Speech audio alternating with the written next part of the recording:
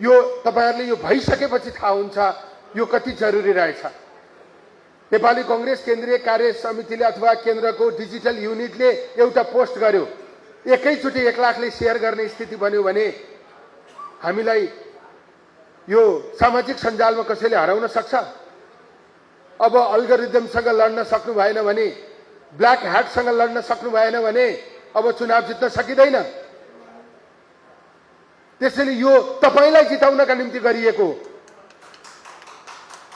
भोलि चुनाव लड्ने साथीलाई जिताउनका निम्ति गरिएको, पार्टीलाई बलियो बनाउनका निम्ति गरिएको, यो संगठन विस्तार गर्नका निम्ति गरिएको, यो सानो तिनो गुटगत स्वार्थलाई ख्याल गरेर यति महत्त्वपूर्ण कुरालाई किन व्यवस्था गरिरहनु भएको छ? यो आफूलाई चाहिने, पार्टीलाई चाहिने कुरालाई किन आत्मसात गरिरहनु भएको छैन? त्यसकारण यो कुरालाई गम्भीर ढंगबाट बुझिदिने म अनुरोध गर्न चाहन्छु। हाम्रो तलको युनिटले गर्न चाहने हो भने, हाम्रो मेन पावर जति उपलब्ध छ त्यसले गर्न चाहने हो भने नहुने विषय होइन। अब त हामीले 165 वटै निर्वाचन क्षेत्रमा उम्मेदवार लडायौं।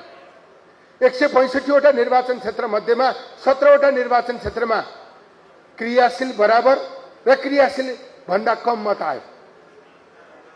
एउटा निर्वाचन क्षेत्रमा यो भनिरहँदा त्यहाँको साथीहरूलाई अपमान गरे जस्तो हुँदो रहेछ, तर सत्यता त्यो हो। एउटा निर्वाचन क्षेत्रमा क्रियाशील सदस्यता 7100 छ, भोट आएको छ 4200। त्यसैले अब कसलाई कारबाही गर्नुहुन्छ?